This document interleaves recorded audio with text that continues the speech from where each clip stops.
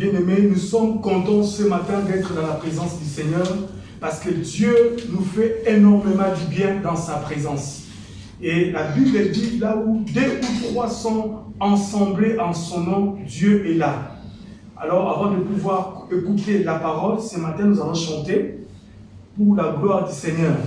Nous allons prendre nos cantiques et chanter la première chanson et la seconde chanson dont nous avons quelque part la connaissance. Dieu Tout-Puissant, quand mon cœur considère tout l'univers créé par ton pouvoir. Dieu Tout-Puissant, quand mon cœur considère tout l'univers créé par ton pouvoir. 1, 2. Dieu Tout-Puissant, quand mon cœur considère tout l'univers créé par ton pouvoir.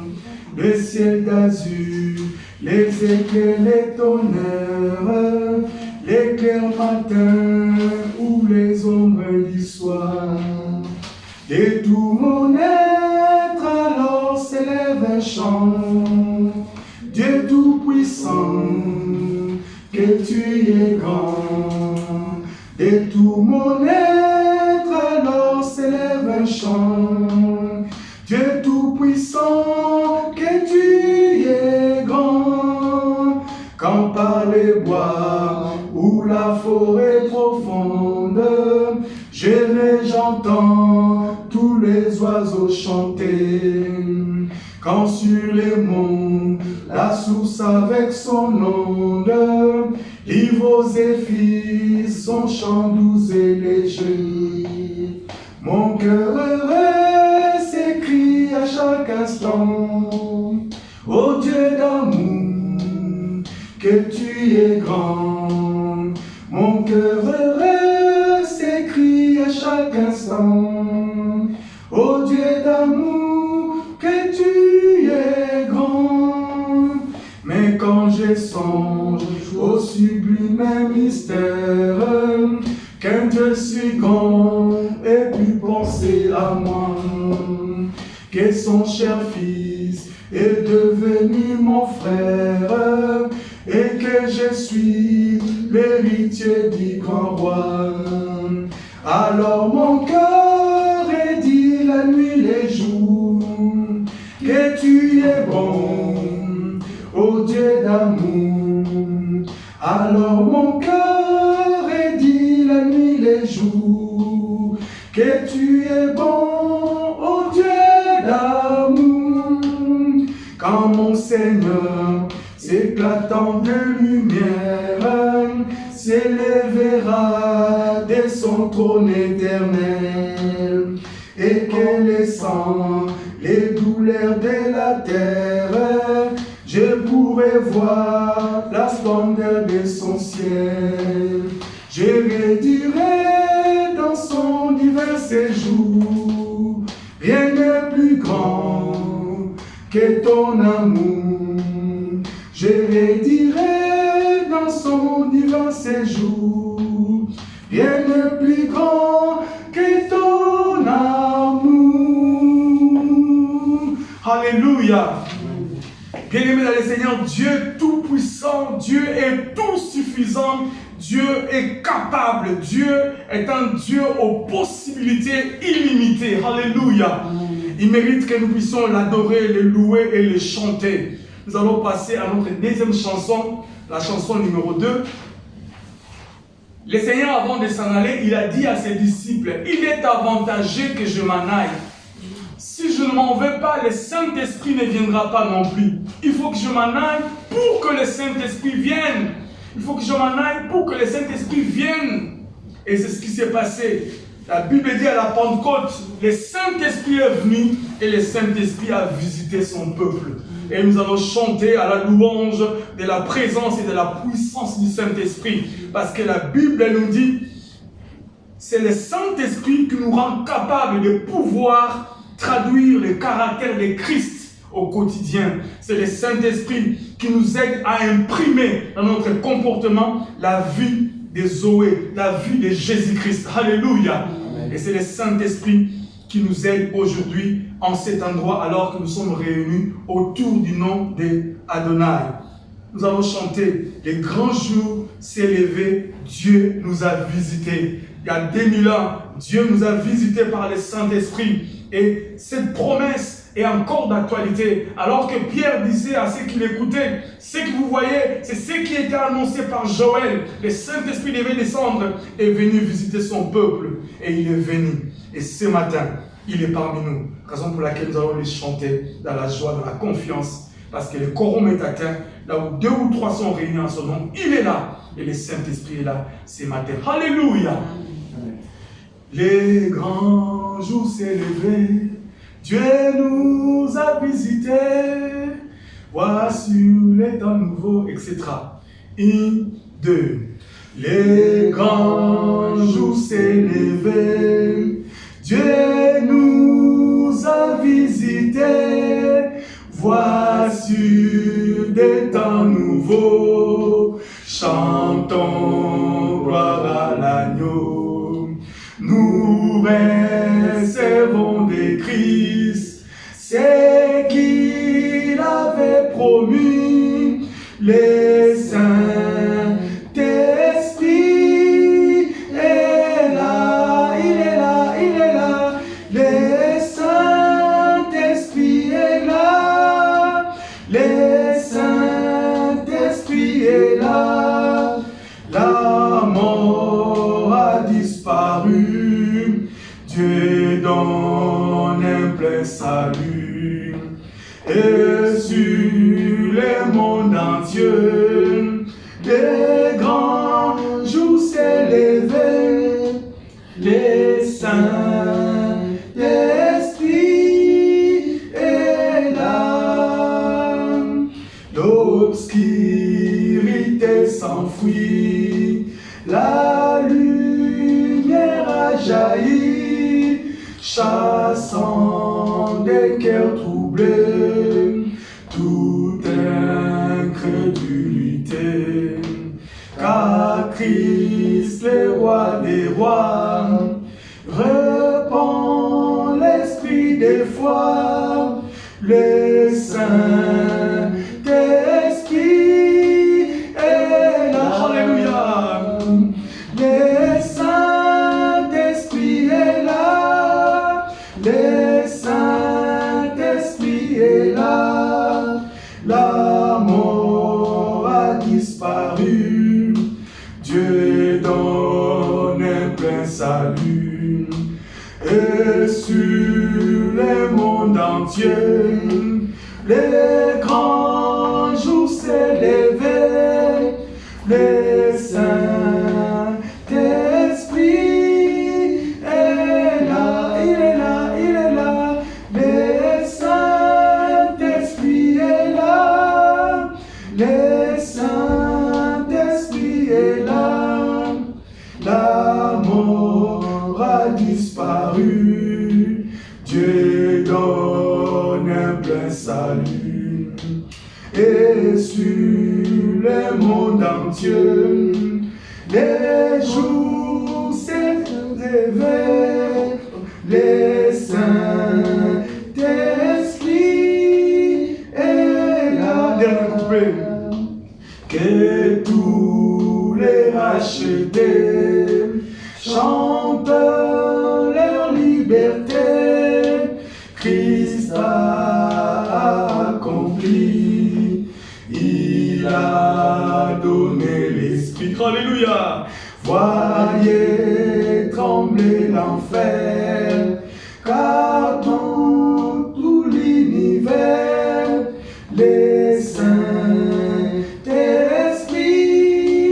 est là, il est là, il est là, le Saint-Esprit est là, le Saint-Esprit est là, la mort a disparu, Dieu donne un plein salut, et sur le monde entier, les grands jours s'est levé, les saints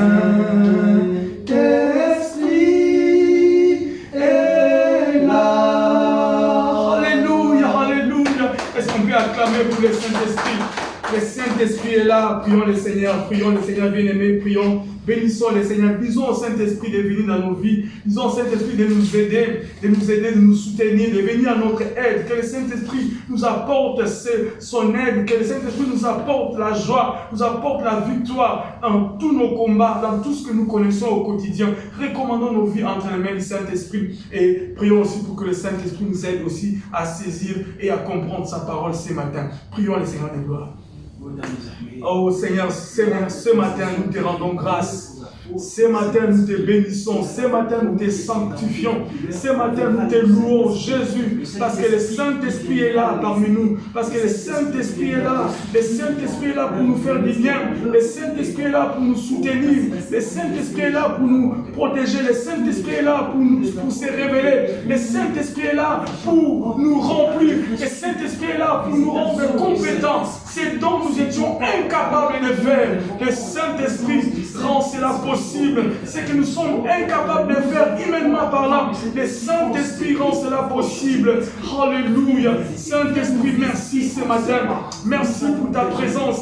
Merci pour ton esprit. Merci Saint-Esprit. Merci parce que Jésus a dit, il est avantageux que je m'en aille. Si je ne m'en veux pas, le Saint-Esprit ne viendra pas non plus. Mais il faut que je m'en aille pour que le Saint-Esprit vienne. Et si je m'en vais, je vous enverrai un autre moi-même. Je vous enverrai le Saint-Esprit. Je vous enverrai ce qui a été promis par les pères. Et le Saint-Esprit viendra sur vous et vous serez changés à de nouvelles personnes. Le Saint-Esprit viendra sur vous, vous serez capables de pouvoir conjuguer au quotidien les caractères de Christ. Le Saint-Esprit dans vos vies, vous serez capables de pouvoir traduire la vie de Zoé. Le Saint-Esprit dans vos vies vous rendra capable de pouvoir vivre la vie de sainteté, la vie de la victoire dans les combats, la vie éloignée, distancée du péché, la vie distancée du mal, la vie distancée de ce que le diable nous propose au quotidien. Le Saint-Esprit dans nos vies vous aidera à discerner ce qui est bien à faire et ce qui n'est pas bien à faire. Merci Seigneur pour ton Esprit Saint. Merci pour ta présence en ces moments dans le nom de Jésus.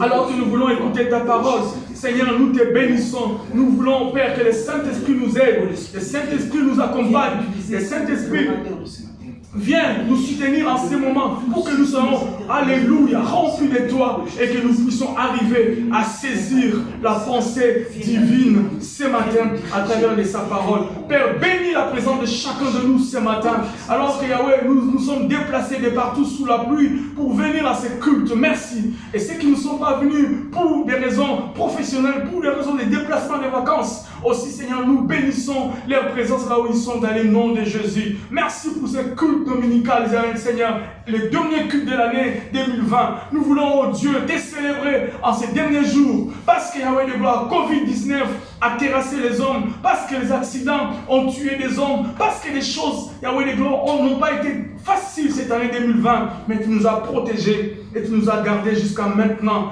Père, nous savons que les jours sont comptés pour pouvoir, alléluia, oh Jésus, passer de l'autre côté de 2021. Toi qui as commencé avec nous depuis le début de l'année 2020, tu vas achever avec nous. Parce que quand tu commences une œuvre, tu l'amènes à la perfection. Sanctifie ton nom ce matin et bénis ces instants et ces cultes au nom puissant, glorieux de Jésus. Nous avons ainsi prié. Amen. Amen.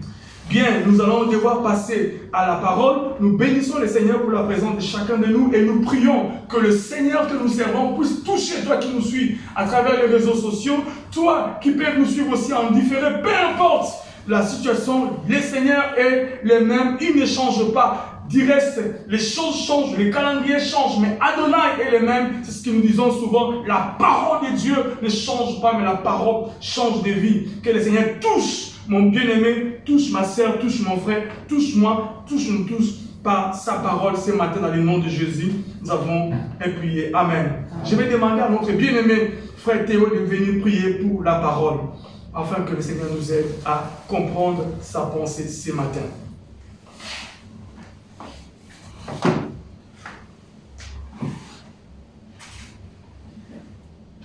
Bien-aimés, nous allons incliner nos têtes pour prier.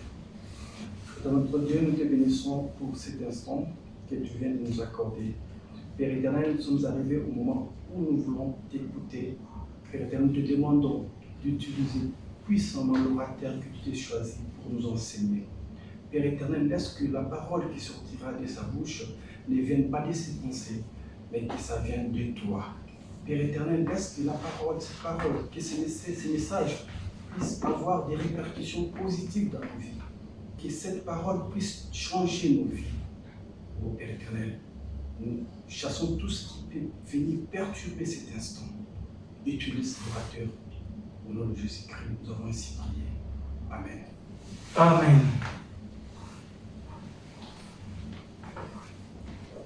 Merci bien-aimé pour la prière. Nous allons bien-aimé ensemble réfléchir ce matin autour de la parole du Seigneur et que le Seigneur nous aide à comprendre sa pensée. Nous allons faire des parallélismes entre plusieurs textes qui vont nous aider à comprendre la pédagogie de Dieu et à saisir la pensée divine pour la vie de chacun de nous. Donc le premier texte de base, c'est dans le livre d'Exode au chapitre 13. Exode au chapitre 13, à partir du verset 17. Exode 13, verset 17. Je vais procéder à la lecture. Exode 13, verset 17 jusqu'au verset 22. Une histoire que nous connaissons tous, que nous allons devoir les lire ensemble avec vous. La Bible dit, lorsque Pharaon laissa aller le peuple, Dieu ne les conduit point par les chemins du pays des Philistins, quoique le plus proche, car Dieu dit, le peuple pourrait se repentir en voyant la guerre et retourner en Égypte. Mais Dieu le fit faire au peuple un détour par les chemins du désert vers la mer Rouge. Les enfants d'Israël montèrent en armes hors du pays d'Égypte. Moïse, verset 19, prit avec lui les os de Joseph, car Joseph avait fait faire ou avait fait jurer le fils d'Israël en disant, Dieu vous visitera et vous ferez remonter avec vous mes os loin d'ici. 20. Ils partirent des Succom et ils campèrent à Étam, à l'extrémité du désert. L'Éternel allait devant eux le jour dans une colonne de nuées pour les guider dans leur chemin, et la nuit dans une colonne de feu pour les éclairer, afin qu'ils marchassent jour et nuit. La colonne des nuées ne se retirait point de devant le peuple pendant le jour, ni la colonne de feu pendant la nuit. Ça, c'est notre premier texte. Nous allons faire un parallélisme avec un second texte que nous allons lire et nous allons essayer de faire ressortir la pensée divine ce matin. Nous sommes dans le livre du prophète Jérémie, toujours dans l'Ancien Testament. Le prophète Jérémie, dans son 31e chapitre, Jérémie chapitre 31, à partir du verset 31 aussi. Jérémie 31, 31. Parole du Seigneur. Jérémie chapitre 31, à partir du verset 31. Voici, disait le prophète Jérémie, les jours viennent, dit l'Éternel, où je ferai avec la maison d'Israël et la maison de Juda une alliance nouvelle, non comme l'alliance que j'ai traitée avec leurs pères, les jours où je les ai saisis par la main pour les faire sortir du pays d'Égypte. L'alliance qu'ils ont violée, quoique je fusse leur maître, dit l'Éternel. Mais voici l'alliance que je ferai avec la maison d'Israël. Après ces jours-là, dit l'Éternel, je mettrai ma loi au-dedans d'eux et je l'écrirai dans leur cœur. Et je serai leur Dieu et ils seront mon peuple. Amen. Amen. Et ils seront mon peuple. Bien-aimés dans les Seigneurs, ici, nous voyons le prophète Jérémie annoncer de manière prophétique, parce que ce message est un message messianique. Il annonce de manière prophétique la nouvelle alliance qui devait être établie entre Dieu et son peuple, par rapport, en comparaison avec l'alliance dont nous avons fait allusion dans le livre de l'Exode. Qu'est-ce qui se passe? Pourquoi ces deux textes devons-nous les mettre côte à côte pour pouvoir faire ressortir la lumière de la parole de Dieu? Pourquoi? Parce que nous voulons comparer l'ancienne alliance et la nouvelle alliance mais nous allons devoir nous servir des béquilles de l'ancienne alliance pour pouvoir comprendre le fonctionnement de Dieu et la manière dont Dieu a procédé dans l'Ancien Testament pour pouvoir venir au secours de son peuple, venir au secours de ses enfants. Nous avons intitulé notre message de ce matin, ce dernier dimanche de l'année, nous l'avons intitulé « Une nouvelle alliance ». Une nouvelle alliance, bien-aimée, est une nécessité pour la vie de chacun de nous à ces temps de la fin. Bien-aimés, en ces temps de la fin, nous sommes obligés, à moins que vous n'ayez pas envie de vouloir être sauvés, nous sommes obligés de pouvoir cohabiter ou chercher à coopérer ou à conjuguer avec la nouvelle alliance pour pouvoir obtenir gain de cause, pour pouvoir entendre le son de la trompette, la voix de l'archange et rencontrer l'époux. Alors, si nous observons les deux histoires, nous allons remarquer que Dieu lui-même, par devers lui-même, a résolu de pouvoir venir au secours de son peuple. Par rapport à l'histoire qui est relatée dans le livre d'Exode, ils font référence à la promesse que Joseph avait déclarée aux enfants d'Israël alors qu'ils voulaient mourir. Dans le livre de Genèse, chapitre 50, à partir du verset 25, vers la fin de son histoire, il a fait la prière pour ses enfants et il a fait cette déclaration se basant sur la promesse que Dieu avait établie sur Israël en concluant une alliance avec Abraham, leur père, dans Genèse chapitre 17, à partir du verset 1er jusqu'au verset 27. L'alliance qui a été établie par Dieu à Abraham, dans Genèse chapitre 17, verset 1er jusqu'au verset 17, c'est cette alliance-là qui, toutes les années ou toutes les périodes, nos patriarches ont répété. C'était sur cette alliance que les patriarches ont fondé leur foi. Et c'est pour cela, Joseph va dire à ses frères, quand vous partirez d'ici, pourquoi? Parce que Dieu vous visitera. Là, ils étaient en Égypte, donc ils n'étaient pas encore esclaves. Joseph avait déjà prédit ce qui allait arriver. Parce qu'après le départ de Joseph, il y a eu un autre pharaon, etc. Les années sont passées, l'eau a coulé sous les ponts et les choses ont changé. Et Israël, finalement, s'est retrouvé en esclavagisme et qui était honoré en Égypte. Donc la parole que Joseph avait prédit s'est accomplie. Et 400 ans plus tard, il fallait maintenant que Dieu, selon sa parole, vienne au secours de son peuple en accomplissant la parole qu'il avait prédite par Joseph et aussi la promesse qu'il avait établie en s'appuyant sur l'alliance qu'il avait scellée avec Abraham dans Genèse chapitre 17, du 1er jusqu'au verset 17. L'alliance que Dieu avait faite avec Abraham avait comme signe extérieur que nous connaissons la circoncision.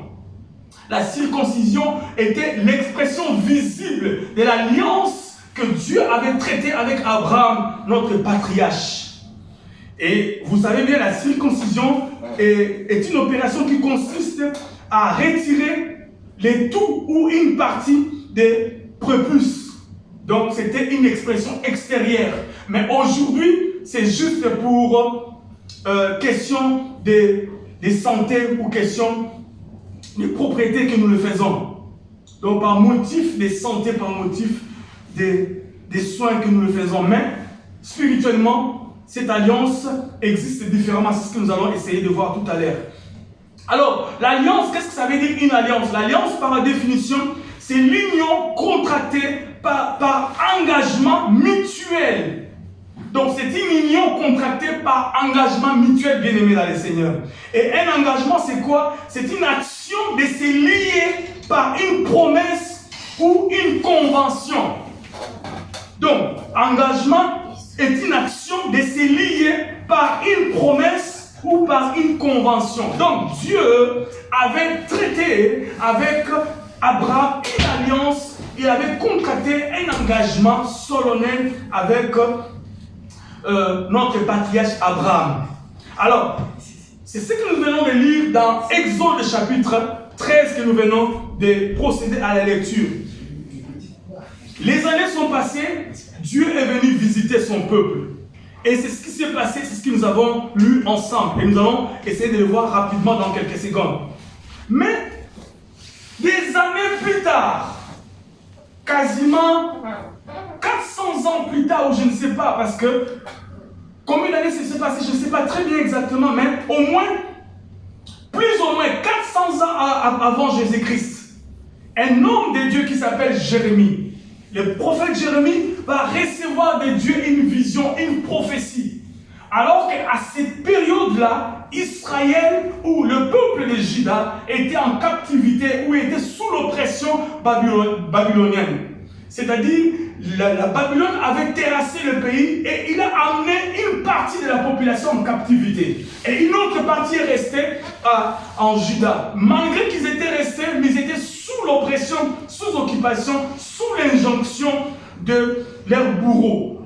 Et du coup, Jérémie était parmi les hommes qui sont restés dans la capitale ou au pays. Mais Jérémie, malheureusement, pour les autres, était comme celui qui n'aimait pas son pays. Pourquoi? Parce que la plupart de ses visions, de ses prophéties étaient en contradiction avec les autres. Et c'est pour cela qu'il était mal aimé, il n'était pas aimé de tous.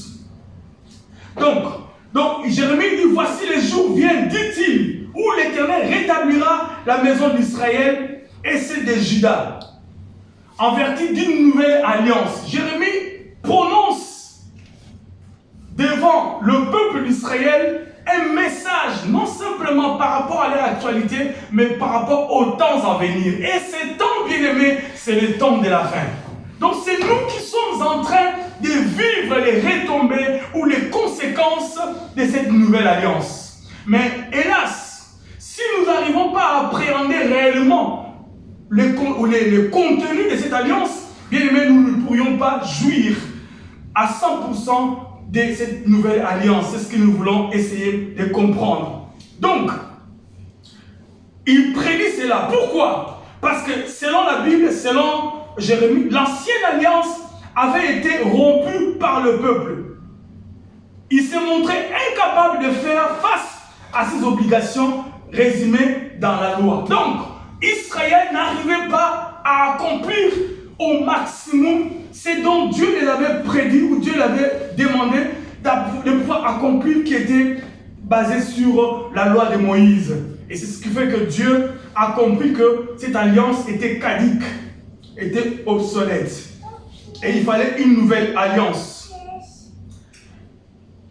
Jérémie, si nous les connaissons pour notre culture biblique, Jérémie est le deuxième de ceux qui l'on nomme en qualité de prophète.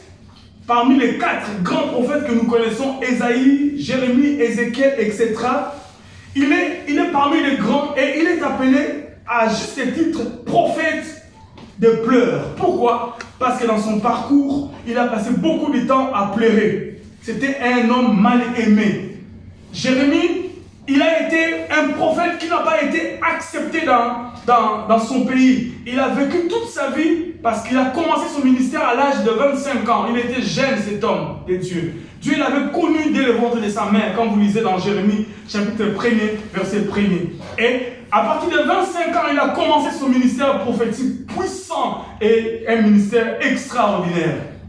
Hélas, mal compris, Jérémie a été plusieurs fois en prison, plusieurs fois malmené, jusqu'à pouvoir s'en aller en exil en Égypte selon les commentateurs. Et il est probable qu'il soit assassiné là-bas. Je n'ai pas de précision, mais c'est ce que le commentateur essaie d'expliquer. Donc, Jérémie, il était appelé le prophète de pleurs. Donc, aucun autre prophète n'a raconté autant de l'opposition. Personne n'a rencontré autant d'opposition que Jérémie, de la part de son peuple. Mais il devient, après cela, parce qu'après sa mort, il devient l'objet d'une grande vénération.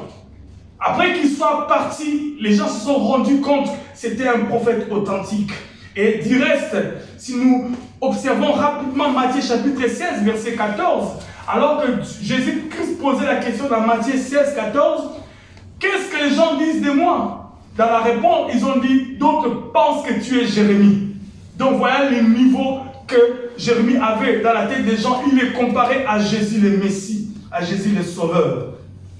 Donc le contenu et le but du message de Jérémie sont des appels sans cesse et répétés à la conscience des habitants pour le royaume. Donc dans le contexte de Jérémie, la situation politique était désastreuse, mais la situation sociale et morale aussi était corrompue.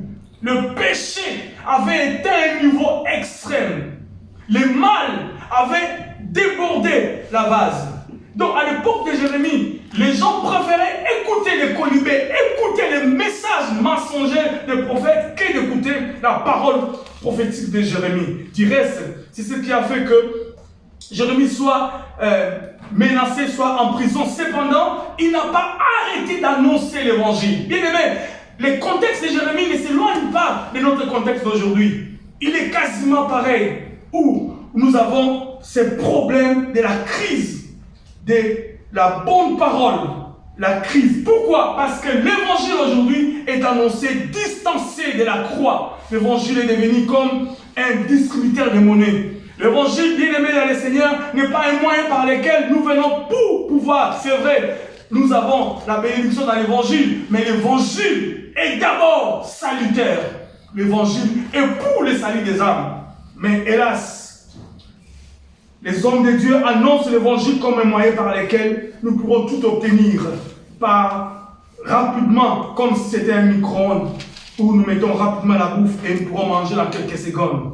Bien aimé, c'est la démagogie. Et Jérémie n'arrêtait pas d'annoncer la parole, malgré que autour de lui, il y avait le prophète démagogue qui annonçait la mauvaise parole et le mauvais espoir. Vous vous souvenez, il a dit dans ses prophéties, priez en faveur de la ville où Dieu vous a amené en captivité. Un texte que beaucoup connaissent dans ces contextes. Qu'est-ce que Jérémie disait?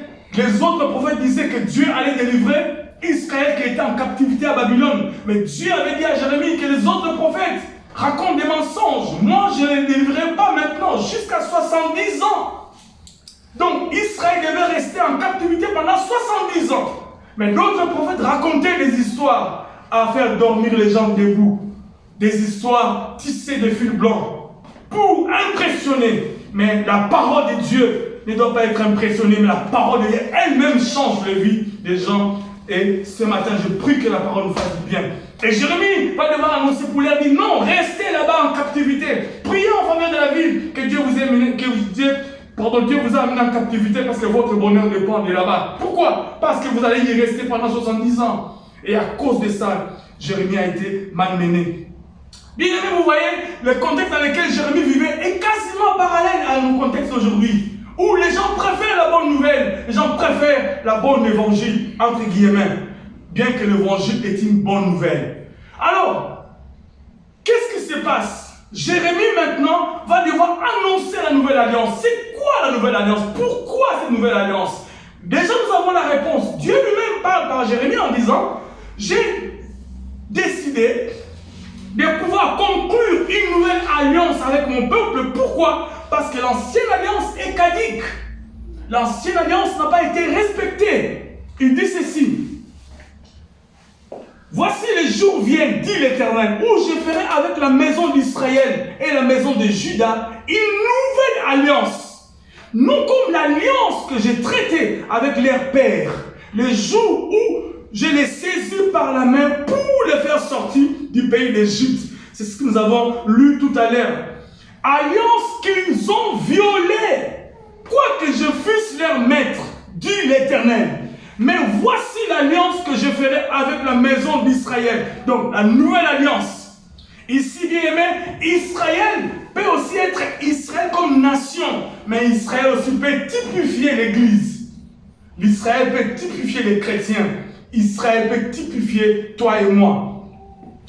Ici, Jérémie est en train, bien aimé, d'annoncer de manière prophétique le Messie, l'alliance que Jésus-Christ allait conclure à Golgotha. Jérémie est en train d'annoncer l'alliance la plus grande que celle que Dieu a traitée avec Abraham. L'alliance sans tache, l'alliance qui a été remplie dans toute sa splendeur. C'est l'alliance de la croix. Et cette alliance de la croix bien-aimée, elle est plus grande que l'alliance que Dieu a traitée avec Abraham. Alléluia. Amen. Et c'est ce que Jérémie est en train d'annoncer de manière prophétique dans cette histoire. Un message extraordinaire qui typifie l'œuvre de la croix, qui typifie la chose que Christ allait accomplir. Qu'est-ce qui se passe? Autrefois, comme je disais tantôt, Dieu a traité alliance avec Israël par Abraham et avec tous les patriarches. Et nous avons lu ensemble dans l'Exode 13, Dieu a accompli quand même son alliance, malgré l'infidélité de son peuple. La Bible le dit ici, par son bras, il a sauvé Israël. De manière extraordinaire si nous lisons le livre d'Exode. Et il dit même, ça c'est Dieu qui le dit, extraordinaire. Il a sauvé Israël. Il a apporté à Israël la solution que personne ne pouvait imaginer.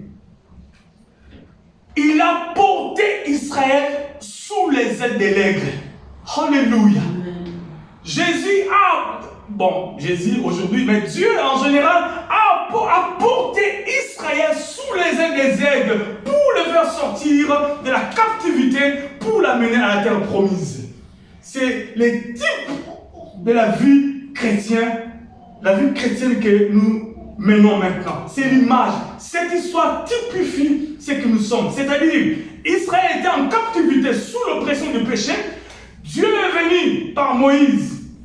Par sa force, il a libéré son peuple. C'est ce qu'on appelle la rédemption. Il a libéré son peuple par son bras. Et la Bible dit ceci, ils sont passés par la première porte de sortie qui s'appelle la mer Rouge. Et ils étaient en train de marcher dans le désert pour aller à la terre promise, pour en fait de passer par la deuxième porte. Et cette porte-là, c'est la porte d'entrée, c'est le Jourdain. Le Jourdain était la porte d'entrée dans la terre promise. Mais entre la mer Rouge et le Jourdain, c'était le désert. Et dans ce parcours, le désert, la Bible dit, Dieu marchait avec son peuple la nuit par une colonne de feu, les jours par une colonne de nuée. Pourquoi? Les jours pour les guider.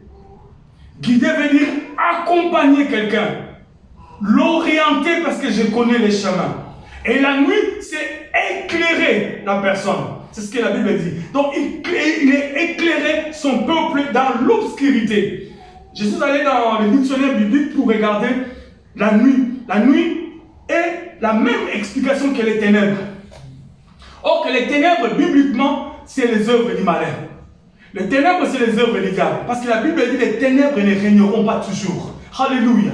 Bien-aimé, Dieu, pendant qu'il faisait parcourir son peuple de l'Égypte jusqu'à Canaan, il était aussi en train de prendre soin d'eux quand les ténèbres arrivera. Et c'est ce qui arrive dans notre vie pour nous éclairer afin que nous puissions ne pas succomber. Alléluia. Amen. Voilà comment ça fonctionnait la grâce dans l'Ancien Testament, où la façon dont Dieu amenait son peuple de la captivité à la liberté. Et la Bible dit, pourquoi les jours il avait les colonnes de nuée? Parce que les jours, c'est une façon de dire que quelqu'un est sûr de ce qu'il fait. Les jours veut dire que quelqu'un est resté et serein. Il peut savoir ce qu'il fait. Mais Dieu ne voulait pas, même s'il pouvait y savoir où mettre le pied, de ne pas le faire sans son accord. Donc nous voyons dans cette démarche la dépendance que devait avoir le peuple de Dieu, Israël, à l'égard de Yoshua Mashiach. Alléluia. Amen. Mais hélas, malgré cela, la Bible dit, ils ont désobéi, ils ont fait du mal au Seigneur. Et ils n'ont pas pu accomplir l'alliance. Donc l'alliance qu'ils ont traitée a échoué. Et c'est ce qui a fait que Jérémie annonce de manière prophétique le message du Messie. Alors, si nous regardons rapidement, bien-aimés, dans Matthieu chapitre 28, Matthieu chapitre 26, pardon.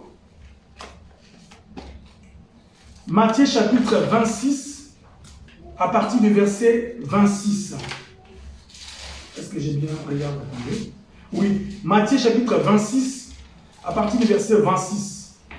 La Bible dit, Pendant qu'il mangeait, Jésus prit du pain et après avoir rendu grâce, il les romput et les donna aux disciples en disant, « Prenez, mangez ceci est mon corps. » Il prit ensuite une coupe et après avoir rendu grâce, il la leur donna en disant, « Buvez-en tous, car ceci est mon sang, le sang de l'alliance qui est répandu pour plusieurs par la rémission du péché. » Alléluia. Bien-aimés dans le Seigneur, ici nous voyons l'image ou le type ou la forme de la nouvelle alliance. La nouvelle alliance, c'est le sang de Jésus qui fait office du travail. Donc, nous avons la nouvelle alliance par le sang de Jésus. Alléluia. Si hier, bien-aimés dans le Seigneur, nous étions obligés de faire la circoncision, aujourd'hui, tout ce que nous pouvons faire, c'est d'accepter l'œuvre de la croix. Et l'œuvre de la croix, à travers le sang qui a été versé, c'était ce que Jésus était en train de traiter avec nous, la nouvelle alliance. La nouvelle alliance, c'est l'œuvre de la croix à travers le sang qui a coulé. Et Moïse avait typifié ça dans Exode chapitre 24, verset 8. Moïse avait posé un acte pareil pour typifier ce que Jésus-Christ allait faire. Exode 24, verset 8 dit ceci, « Moïse prit le sang et il les répandit sur le peuple en disant, « Voici le sang de l'alliance que l'Éternel a faite avec vous selon toutes ses paroles. » Ici, ce sang était le sang des taureaux pour typifier le sang de Christ qui servirait d'alliance, qui servirait des moyens, des canaux par lesquels le contact de l'alliance a été opéré entre Dieu et nous. Bien-aimés dans le Seigneur, la nouvelle alliance dont parle Jérémie maintenant commence à être assez claire pour nous. Pour maintenant faire asseoir la pensée et terminer cette exhortation, nous allons voyager rapidement dans les livres des Hébreux. Épître aux Hébreux. Épître aux Hébreux a été aussi bavard que nous pourrons maintenant, à travers sa lecture, comprendre la nécessité de la nouvelle alliance et l'acceptation de l'œuvre de la croix dans nos vies. Hébreux, je disais, au chapitre 13, ça on lira après, mais nous prenons d'abord Hébreux, chapitre 8, verset 8, nous conclut la chose, mais vous pouvez lire tous les chapitres. Mais je prends juste 8, Hébreux 8 nous dit, je commence à partir du verset 7 pour avoir la pensée du contexte, parce que si vous lisez un texte hors son contexte, vous faites parler les textes autre chose que la lumière dont le contexte devait faire jaillir. Alors le verset 7 dit ceci, en effet, si la première alliance avait été sans défaut, écoutez-moi bien, il n'aurait pas été question de la remplacer par une seconde. Alléluia. Si la première alliance, si l'alliance traitée avec Abraham n'avait pas de défaut, Dieu n'allait pas traiter une nouvelle alliance avec nous en Jésus-Christ. Il continue au verset 8, car c'est avec l'expression d'un blâme que le Seigneur dit à Israël. Il fait référence maintenant à la prophétie de Jérémie, dont nous avons fait la lecture tout à l'heure.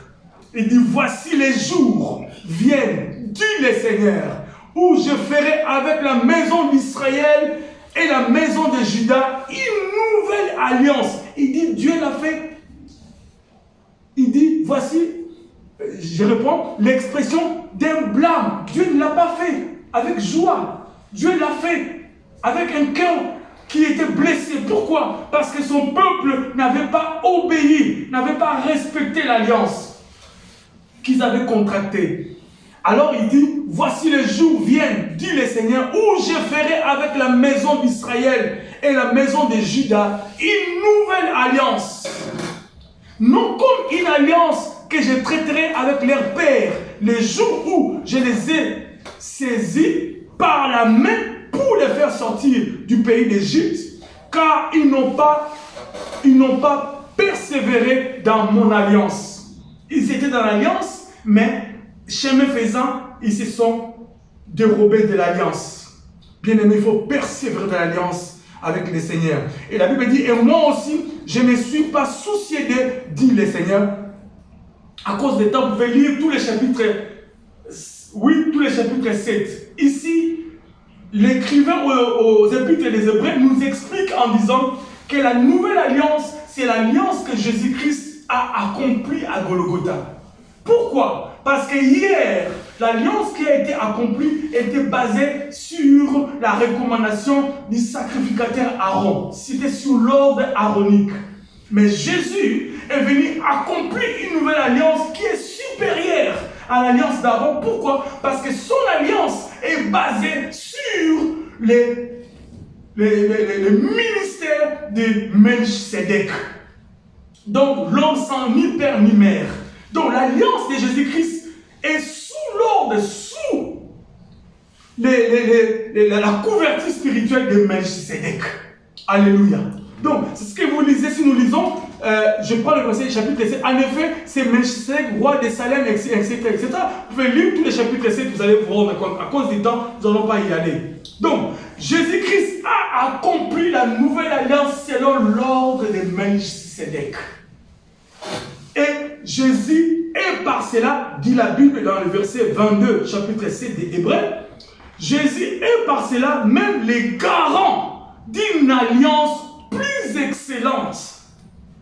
De plus, il a eu des sacrificateurs en grand nombre, etc., etc. Cependant, comme hier, Israël a négligé l'alliance qu'il avait avec Dieu par leur patriarche Abraham, aujourd'hui, l'Église, aujourd'hui, toi et moi, aujourd'hui, son peuple aussi néglige l'alliance que Jésus-Christ a accomplie à Golgotha. Bien-aimés dans le Seigneur, en ces derniers cultes de l'année 2020, ma prière et notre pensée pour notre moralité, parce que la question ce serait, quelle est la moralité de cette exhortation? La moralité est celle-ci, nous devons nous confier, conjuguer les efforts à développer de manière permanente la relation avec la nouvelle alliance que Jésus-Christ a accomplie à Golgotha. Comment? En créant un lien ou en acceptant Jésus-Christ comme Seigneur et Sauveur, en acceptant l'œuvre de la croix. Bien-aimé, quand Matthieu fait allusion au pain et au vin, il fait allusion à la Sainte Seine, qui est comme un témoignage vivant de ce que Jésus-Christ a accompli à Golgotha. Maintenant, imaginez, bien-aimé, la Bible dit, Dieu a sauvé Israël avec son bras devant Pharaon, devant une situation impossible à régler. Il les a portés sous ses ailes de l'aigle, de l'Égypte où ils étaient jusqu'à la terre promise. Mais cette alliance est inférieure à l'alliance que Jésus a accomplie. Alléluia. Amen. Donc ça veut dire, bien aimé, c'est ce qui s'est passé avec Israël. Elle est comme ce que nous voyons. Donc, c'est que nous pourrons jouir en Jésus-Christ et encore 10 fois, 100 fois, 1000 fois plus que ce qu'Israël a connu. Alléluia. Amen. Dieu attend de nous, bien aimés, de comprendre ces choses, de saisir l'opportunité et d'épouser l'alliance que Jésus-Christ a accomplie à Golgotha. Ce matin, bien aimés, en ces derniers cultes de l'année, prenons la résolution. Au lieu de pouvoir chercher à avoir beaucoup d'ambition, c'est bien, mais prenons la résolution d'accepter Jésus-Christ, de vivre avec Jésus-Christ, de coopérer dans cette nouvelle alliance. Et vous verrez, la fin de l'année 2020, l'année 2021 va devoir être arrosée de son amour et de sa grâce. Et quand tu sortiras à la fin de décembre 2021, tu seras surpris de la manière dont Dieu va faire dans ta vie. Alléluia. Amen. Parce que s'il a fait pareil pour Israël, dans une alliance qui est obsolète, à combien plus forte raison, il fera mieux pour l'alliance qui est plus grande que cette première alliance. Tout ce que Dieu attend de nous, c'est de pouvoir conjuguer au quotidien une relation personnelle avec Yoshua Mashiach. C'est que Dieu attend de nous, frères, de pouvoir imprimer dans notre vie le caractère de Christ. Ce que Dieu attend de nous, c'est de pouvoir traduire la vie de Zoé dans notre vie et à travers nous chaque jour de cette année qui va terminer dans quelques jours, mais tout au long de 2021. Bien-aimés, ce matin, ce message a pour but de pouvoir nous encourager à traiter une alliance avec Jésus-Christ. Ce message nous encourage à pouvoir consolider notre relation avec Jésus-Christ. Cette alliance qui est une alliance supérieure à l'alliance que Dieu avait traitée, dont les retombées, nous les connaissons et nous la vivons au quotidien. Si hier, Dieu a marché la nuit par une colonne de feu, le jour par une colonne de nuée, mais cette alliance est inférieure à celle dont nous avons, à combien plus forte raison, Jésus-Christ va devoir se manifester dans notre vie en ces temps de la fin. Pourquoi, bien-aimés? Israël hier était le projet de Dieu, selon Genèse, quand Joseph a dit dans le verset 25 du chapitre 50, que Dieu accomplira, Dieu visitera son peuple selon l'alliance qu'il avait traitée avec leur patriarche Abraham. Donc Israël était le projet de Dieu. Et bien aimé, si un homme a un projet, qu'est-ce qu'il fait? Il se bat bec et ongle. Il se donne corps et âme à pouvoir amener son projet à bien. Et si nous acceptons d'être le projet de Dieu, si nous acceptons d'être malléable, entre les mains du Seigneur, Dieu se battra. Jésus-Christ dans la nouvelle alliance, selon l'ordre de Melchisedec, se battra pour pouvoir aussi nous défendre, pour pouvoir nous aider à avancer et à vivre dans le succès. Alléluia. Pourquoi? Parce que Dieu tient le monde entier entre ses mains. Bien-aimés, le thème de ce matin, je l'ai dit, une nouvelle alliance est une nécessité. Que dis-je? Une nouvelle alliance est une obligation. Cependant, chacun de nous devait reconsidérer ses voies. Chacun de nous devait revoir sa marche de tous les jours et de ne plus se laisser influencer comme le peuple du temps des prophètes Jérémie. Que Dieu bénisse sa parole de ce matin et que Dieu nous fasse énormément du bien en ces derniers cultes de l'année 2020. Et à travers cette prière, à travers cette exhortation, à travers ces messages, nous allons devoir rentrer en cette nouvelle année dans la foi et dans la confiance parce que nous sommes solidement bâtis, établis, assis sur la nouvelle alliance qui est l'alliance selon l'ordre de Melchisedec, l'alliance plus supérieure à l'alliance qu'on avait avec qu'Abraham avait avec Dieu. Alors, bien-aimé, la question qu'on peut se poser ce matin, est-ce que tu es en alliance avec Dieu? C'est la question que je vous pose, bien-aimé, vous qui me suivez sur les réseaux sociaux. C'est la question que je nous pose à nous qui sommes ici en présentiel. Est-ce que sommes-nous en alliance avec Dieu? Si nous le sommes, tant mieux. Si vous l'êtes, c'est bon. Mais si nous ne le sommes pas, nous devons rectifier les tirs. Revoir notre manière de voir les choses. Parce que si hier, Dieu, par mépris, par déception, il a parlé ainsi à l'égard de l'alliance que le peuple avait conclu avec lui, mais que par après n'ont pas accompli, à combien plus forte raison, nous aussi dans le Nouveau Testament, si nous négligeons l'alliance que Jésus-Christ a accomplie à Golgotha, l'alliance sans défaut. Amen. Amen. Nous allons prier pour que Dieu nous aide. Si nous sommes en alliance, Dieu merci. Vous qui me suivez, si vous êtes en alliance, Dieu merci. Si vous ne l'êtes pas, eh bien, acceptez Jésus-Christ comme Seigneur et Sauveur ce matin. Demande à Dieu de pouvoir ensemble conclure une nouvelle alliance avec lui. Et l'alliance selon l'ordre de Melchisedec, l'alliance de Jésus-Christ. Pourquoi? Parce qu'il est le souverain sacrificateur par devers lui-même, par devers l'ordre de Melchisedec. Et il est aussi lui-même l'agneau immolé. Et la Bible dit dans le livre de l'Épître aux Hébreux, il est entré dans le sanctuaire céleste pour offrir en sacrifice sa vie pour notre salut. Et son sang qui a été versé, qui est le témoignage de notre alliance, qui est le sceau de notre alliance, qui est la gage de notre alliance. Prions le Seigneur des gloires. Père, nous te rendons grâce ce matin. Nous te bénissons pour ta parole. Si l'alliance avec Jésus-Christ est supérieure à l'alliance que tu as traitée avec Abraham, Père, mais oh Dieu, nous ne pouvons pas, oh Jésus, Merci. Se conformer à cette nouvelle alliance. Merci parce que Y égard, Seigneur, à la chose ou à la manière dont tu as procédé dans l'ancienne alliance, avec l'ancienne alliance. que nous avions. Père, la Bible dit, tu as sauvé Israël alors qu'il était 400 ans dans la captivité. Tu as terrassé les Égyptiens. Tu les as guidés dans les déserts. Tu as été avec eux la nuit par une colonne de feu, le jour par une colonne de nuée.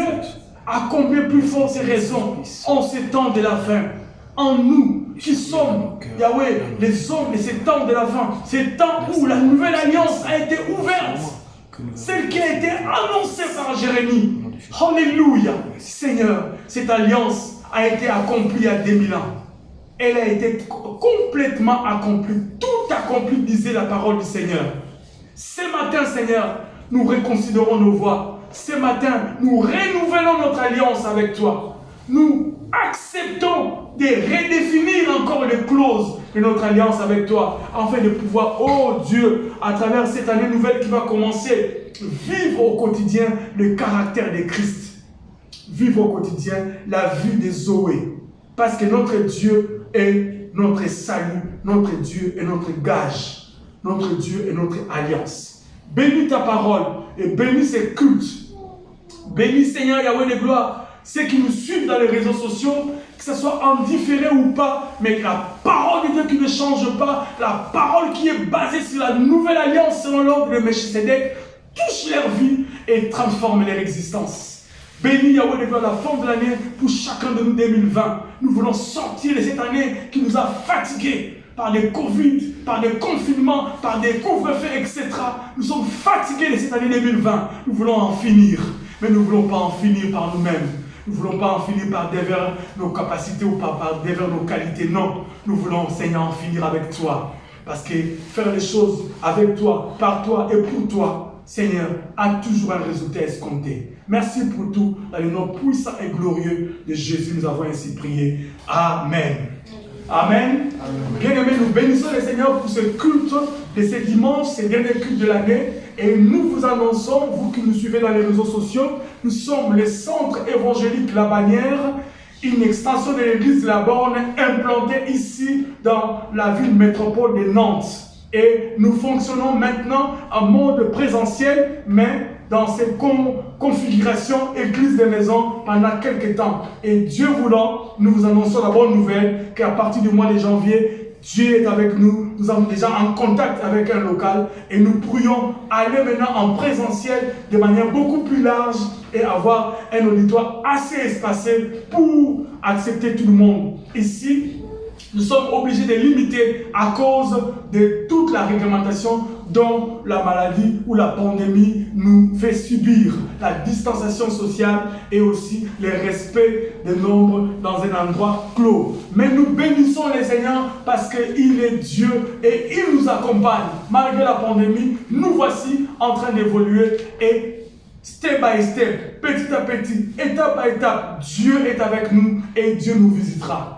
N'hésitez pas de vous abonner, n'hésitez pas de transférer ces messages à vos amis, n'hésitez pas aussi de nous contacter si vous avez besoin d'un conseil, d'une prière, d'une question. Nous allons essayer à la lumière de la parole, si Dieu nous aide à avoir la réponse pour vous faire du bien. Sinon, nous allons recourir au Seigneur pour pouvoir nous communiquer sa pensée. Mais pour ce dimanche, notre dernier culte, nous terminons par là et nous bénissons le Seigneur pour la présence de nos bien-aimés et ta présence aussi qui est en ligne, en train de nous suivre, que ce soit en différé ou en direct. Dieu est le même, il est omniprésent, il est partout. Que Dieu nous bénisse et que cette semaine, que cette dernière semaine, qui est la dernière ligne droite pour l'année 2020, se termine avec succès dans ta vie, dans ma vie, dans nos vies, dans le nom puissant de Jésus-Christ, notre Seigneur et Sauveur. Nous disons Amen. Amen. Que Dieu nous bénisse.